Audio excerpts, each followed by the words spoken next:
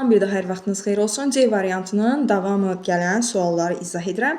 Hansı ki, bu elmi mətin verilib və bu mətinləri oxuyuruq və suallarını da birlikdə tapırıq. Təbiətin super qəhrəmanları. Siz heç düşünmüsünüzmü? Əgər heyvanlar arasında olimpiya oyunları keçirilsəydi, qızıl medalı kim qazanardı? Çoxunuz ağlına ilk olaraq surətlə qaçan, bəbir, nəhəng fil və ya meşələr, şahı aslan gəlir. Lakin təbiətin elə gizli qəhrəmanları var ki, onların sahib olduğu güclər qarşısında hətta ən müasir texnologiyalar belə aciz qalır. Gəlin bu heyrətamiz çempionlar dünyasına birlikdə səyahət edək. Baxırıq kainatın ən dözümlü canlı varlığı mətninə. Siyahımızın ilk pilləsində yerləşən canlı bəlkə də kainatın ən dözümlü varlığıdır. Su ayısı və ya elmi adı ilə tardigrad. Bu canlı o qədər kiçikdir ki, onu görmək üçün mütləq mikroskop lazımdır. Kiçik olmasına baxmayaraq, onun bədəni çox möhkəm və dözümlüdür. Su ayıları ən kəskin donmalara, qaynar sulara və hətta kosmosun havası mühitinə belə davam gətirirlər. Bunlar tardigradların uzunömürlülük sirridir. Onlar yemək və su olmasa tam 30 il yuxu rejiminə keçib, sonra yaxşı şəraiti olanda yenidən canlanıb həyatlarına davam edə bilirlər. Alimlər hələ də onların bu sirlərini tam aça bilməyiblər. Meşənin ən yaxşı təqlidçisi. İndi isə meşələrin dərinliklərinə, qəribə səslərin dünyasına yollanaq. Avstraliyada yaşayan lira quşu təbiətin ən bacarıqlı səs yazan cihazıdır. Bu quş təkcə digər quşların nəğmələrini deyil, ətrafda eşitdiyi hər şeyi təqlid edə bilir. Avstraliya meşələrinin dərinliklərində fotoaparatın çıqqıltısının, fit səsinin və ya ağac kəsən mişarın uğultusunu eyni ilə təqlid edildiyini eşitsəniz təəccüblənməyin. Bu lira quşudur. O, bu qeyri-adi bacarığından həm düşmənlərini qorxudub uzaqlaşdırmaq, həm də ovunu aldatmaq və ələ keçirmək üçün istifadə edir. Lira quşları əsasən gündüzlər aktiv olurlar, yemək axtarırlar. Onlar yemlərini daha çox yer səthində, torpağın üst qatında axtarırlar. Təhlükə hiss etdikdə isə sürətlə qaçaraq kolların arasında gizlənirlər. Təbiətin şən sakini, dünyanın ən xoşbəxt heyvanı titulunu kvakkalar qazanıb. Onları bütün dünyada tanıdan əsas xüsusiyyət üzlərindəki sabit təbəssüm ifadəsidir. Əslində kvakkalar gülümsəmir, amma ağız quruluşları onları daim şən göstərir. Müsbət enerjisi ilə hər kəsi heyran edən kvakkalar əsasən Avstraliyanın qərb hissəsində yaşayırlar. Onlara ən çox Rottnest adasında rast gəlinir. Bu ada hətta kvakkalar adası da adlandırılır. Kvakkalar kiçik ölçülü heyvanlardır. Ölçüləri təxminən bir ev pişiyinə qədər olur. Kvakkalar aylarla susuzluğa dözə bilirlər. Bu sevimli heyvanlar gündüzləri əsasən istidən qorunmaq üçün ağac kölgələrində yatır, gecələr isə aktivləşir, ot, yarpaq və müxtəlif bitkilərlə qidalanırlar. Kvakkalar insanlardan qorxmurlar. Özünü yenidən yaradan canlı. Təsəvvür edin ki, bir super qəhrəmanın qolu zədələnir. Lakin bir müddət sonra onun qolu sanki bir Lego parçası kimi yenidən bərpa olunur. Çox fantastik səslənir, elə deyilmi? Lakin bu reallıqdır. Söhbət Meksikanın qədim göllərində yaşayan aksolotlardan gedir. Onu digər heyvanlardan fərqləndirən ən əsas xüsusiyyəti məhz özünü bərpa etmək qabiliyyətidir. Əgər bir aksoloti ayağını, quyruğunu, hətta ürəyinin bir hissəsini və ya beynini itirərsə, cəmi bir neçə həftə ərzində həmin üzvü heç bir iz qalmadan yenidən böyüdə bilər. Aksolotl sakit təbiətli canlıdır və yavaş hərəkət edir. O kiçik balıqlar, qurdlar və xırda su canlıları ilə qidalanır. Əslində bu siyahını, baxın boşluq buraxılıb, adı buraxılıb, biz mətni oxuyuruq. Əslində bu siyahıya daha onlarla, yüzlərlə fərqli canlıların adını əlavə edə bilərik. Çünki təbiətin hər bir güşəsində, okeanların ən qaranlıq dərinliklərində hələ kəşf olunmamış minlərlə super qəhrəman gizlənir. Güc yalnız nəhəng pəncələr və ya sürətli qaçış deyil, hər canlıya verilmiş təkrar olunmaz və özünə məxsus bacarıqdır. Təbiətin hər bir üzvünə fərqli bir super güc bəxş edilərək rəngarəng bir harmoniya yaradılıb. Bütün bu nümunələr bizə göstərir ki, təbiətdə zəif anlayışı demək olar ki, mövcud deyil. Hər canlı yaşadığı mühitə uyğunlaşmaq üçün minilliklər boyu formalaşmış xüsusi bacarıqlara sahibdir. Baxın, mətnimiz elmi mətindir, hissələrlə verilmişdir, bir neçə hissəyə bölünmüşdür. Biz indi bu mətnin verilmiş suallarına baxacağıq. 17-ci sualda soruşur ki, tardiqların su ayısının uzunömürlük sirri kimi qeyd olunan xüsusiyyətlər hansılardır? Baxırıq birinci cümləmizə. İnsanların onları sevimli hesab etməsi və qoruması. Heç də belə bir cümlə yox idi mətnimizdə. 2-yə baxırıq uzun müddət. Qələm götürün.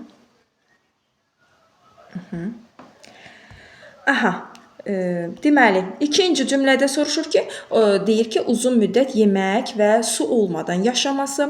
Üçüncü cümləmizdə itirilmiş bədən üzvlərinin bir neçə həftəyə bərpa edilməsi. 4-də havasız mühitdə belə sağ qala bilməsi. Biz birinci mətndə oxumuşduq və tardiqların, deməli, su ayısının hansı xüsusiyyətlərə malik olduğunu artıq əzbər bilirik. Hansı ki, uzun müddət yemək və su olmadan yaşaya bilməsi. Bir də nə idi? Deməli, havasız mühitdə belə sağ qalması. Hansı ki biz öyrəndik ki, hətta 30 illərlə o yatır, yuxu rejiminə gedir və ondan sonra da heç nə olmamış kimi nə olurdu? Onlar yaşaya bilirdi. Hətta bu xüsusiyyətləri alimlərin diqqətini tam cəlb eləsə də onu sirrini ayırd edə bilməmişlər. Bax, bu mətnimizdən irəli gələn bir fikir idi. Doğru variant B variantı. 18-ci suala baxırıq. 18-də mətnə əsasən tardiqların su ayısı haqqında hansı fikir doğrudur soruşur. A variantda pəncələri iti və təhlükəlidir. B variantında soruşur təhlükə hiss etdikləri zaman gizlənirlər. C variantında müxtəlif temperatur şəraitində sağ qala bilirlər. D variantında başqa heyvanların səslərini təqlid edə bilirlər. Doğru variant C variantı idi ki, hətta orada yazılmışdır qaynar, isti və yaxud da ki, soyuq, donmadan yaşamaq xüsusiyyətlərinə malik olan bir heyvan idi. Elə bu doğru fikir də C variantı olmuş oldu. Növbəti 19-cu suala baxırıq. Tardiqların su ayısının mətnindəki digər heyvanlardan fərqləndirən cəhət nə idi soruşur. Bədəninin parlaq rəngli olması belə bir fikir yox idi. B variantı hərəkətlərini təkrarlaya bilməsi belə bir fikir də yox idi. Sırf bu heyvan haqqında.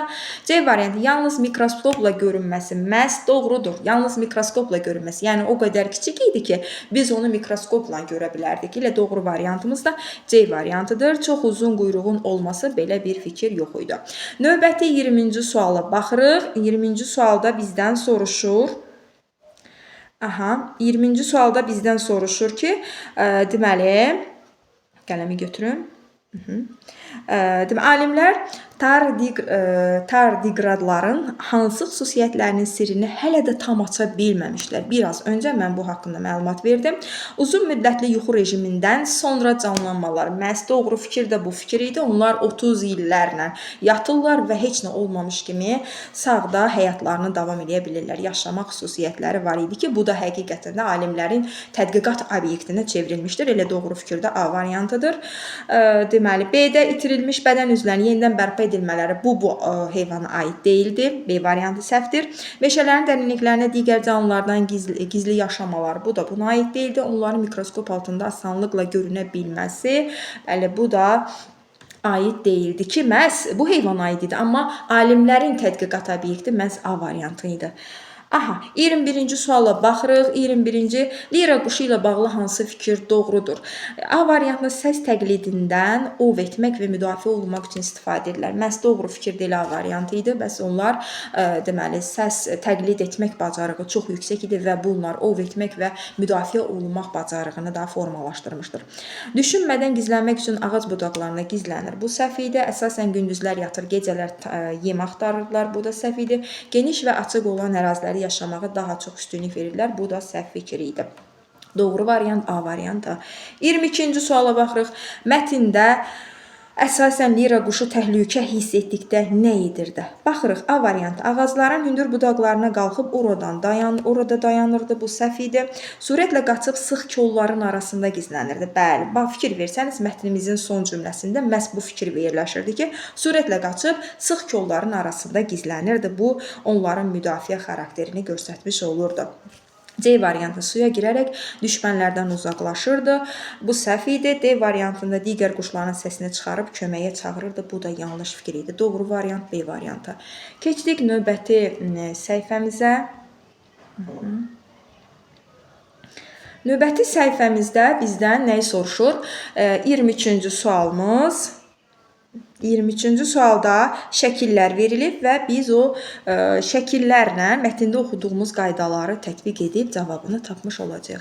23-cü sualda soruşur bizdən ki, kvakkaların ölçüsü təxminən hansı heyvanın ölçüsünə bənzər? Bəli, orada verilmişdir ki, bir ev pişiyi qədər idi ölçüsü. Məhz də şəkillərlə verilib, fərqi yoxdur. Onsuz da pişik də yazsaydı biz o variantı götürmüş olacaqdıq. Doğru variant C variantı. 24-cü suala baxırıq. Kvakkalar niyə həmişə xoşbəxt görünürdülər? Bəli, A variantında davranışları sakit və mülayim olduğu üçün. Təbii ki, bu səhv fikir idi. B variantı üst cizgiləri onların gülümsəyirmiş kimi göstərdiyi üçün. Bəli, doğru fikir ilə B variantı idi. Sadəcə üst cizgiləri onların daimi gülüşlü olduğunu göstərirdi.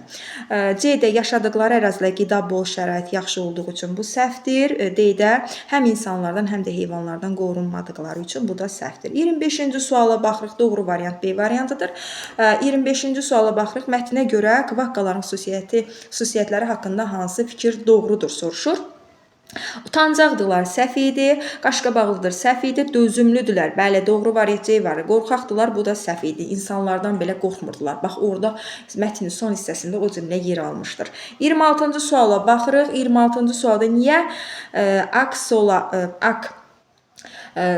Saloti özünü yenidən yaradan canlı adlanırdı. Üzr istəyirəm. Deməli, A variantında suyun temperaturuna uyğun rəngin dəyişdiyi üçün bu səhv fikir idi. B variantında uzun ömürlü olub illərlə eyni formada qala bildiyi üçün, həm suda, həm də quruda yaşaya bildiyi üçün, itirdiyi üzvləri bərpa edə bildiyi üçün. Məhz doğru fikir də D variantı idi ki, onlar özünü bərpa etmə xüsusiyyətinə malik idi. Doğru variant D variantıdır. 27-ci suala baxırıq. Müəllif niyə solotların qolunun Lego parçası ilə müqayisə edirdi. Bəli, onlar artıq öz bədənlərini belə bərpa etmə xüsusiyyətinə malik idi və müəllif deyir, Lego parçası ilə müqayisəsini nəyə əsasən deyirdi? Baxırıq A variantında deməli, solotların bədəninin oyuncaqları kimi rəngarəng olduğunu bildirmək üçün bu səhv fikirdir. B variantında onun uşaqlar tərəfindən sevilən bir oyuncağa bənzədildiyi oxucuya çatdırmaq üçün. Bu da səhv fikir idi. Belə bir fikir yox idi. C variantına baxırıq. Bərpa olunma prosesi oxucunun təsəvvüründə aydın canlandırması üçün. Bəli, doğru fikir də elə C variantı idi ki, bilirik ki, Lego oyun parçasıdır. Onlar konstruktor formasında, lore dildə deyək, belə yığış deməli bərpa olunurdu. O da bərpa olunma prosesi oxucunun təsəvvüründə belə aydın yaratmaq üçün məhz bu nümunəni gətirmişdir. D variantı isə deməli aksolotların yalnız Meksika göllərində tapılan nadir canlı olduğunu vurğulamaq üçün bu da yanlış fikir edir. 28-ci suala baxırıq. 28-ci mətnin yazılmasına müəllifin əsas məqsədi nə idi? Baxın, məqsəd deyir, yəni ki, bizə nəyi çatdırmaq istəyir? A variantı dünyanın ən sürətli və nəhəng heyvanları oxucuya daha yaxından tanıtmaq üçün bu doğru deyil. B variantına baxırıq. Təbiətdəki hər bir canlı özünə məxsus bir gücə malik olduğunu göstərmək üçün bəs doğru fikir B variantıdır. Hansı ki, mətnimizin son hissəsində bu fikri əsas götürmüşdür ki, hər bir canlının özünə məxsus xarakteri xüsusiyyətləri var idi və bunu da bizə deməli mətnimizlə misal göstərə bilərik ki, məhz müəllif də bunu bizə çatdırmaq istəyirdi. Doğru fikir də B variantıdır. C-də Avstraliya və Meksika kimi ölkələrdə yaşayan müxtəlif heyvanların sayını açıqlamaq bu səhvdir. D variantında heyvanlar arasında keçiriləcək yarışların qaydalarını oxucuya ətraflı izah etmək bu da yanlış fikirdir. Doğru variant B variantı. Növbəti hissəyə baxırıq. Artıq sonuncu sualımızdır. 29-cu sualda bizdən nəyi soruşur? 29-cu sualda bizdən soruşulan mətndə son abzasa başlıqsız verilib. Aşağıdakılardan hansı həmin mətnin, yəni hissə başlığı ola bilməz soruşur və deməli nə var idi orada? A variantda texnologiya təbiətdən üstündür. Ümumiyyətlə bu texnologiya söhbəti yox idi. Mətnimiz belə deyək, elmi mətn idi və elmi mətn təbiətdəki yaşayan canlılardan bəhs eləyirdi. Məhz ola bilməyən variant ilə doğru variant A variantıdır. B-yə baxırıq, təbiətdə zəif canlı yoxdur. Bu təbiətdə canlı yoxdur. Bunu götürə bilərik biz. C-yə hər canlının öz bacarığı var. Bunu da götürə bilərik. Güc fərqli formada olur. Bunu da götürə bilərik. Amma başlıq olaraq biz A variantını götürə bilmərik ən son mətnimizə. Bura qədər çox sağ olun, minnətdaram.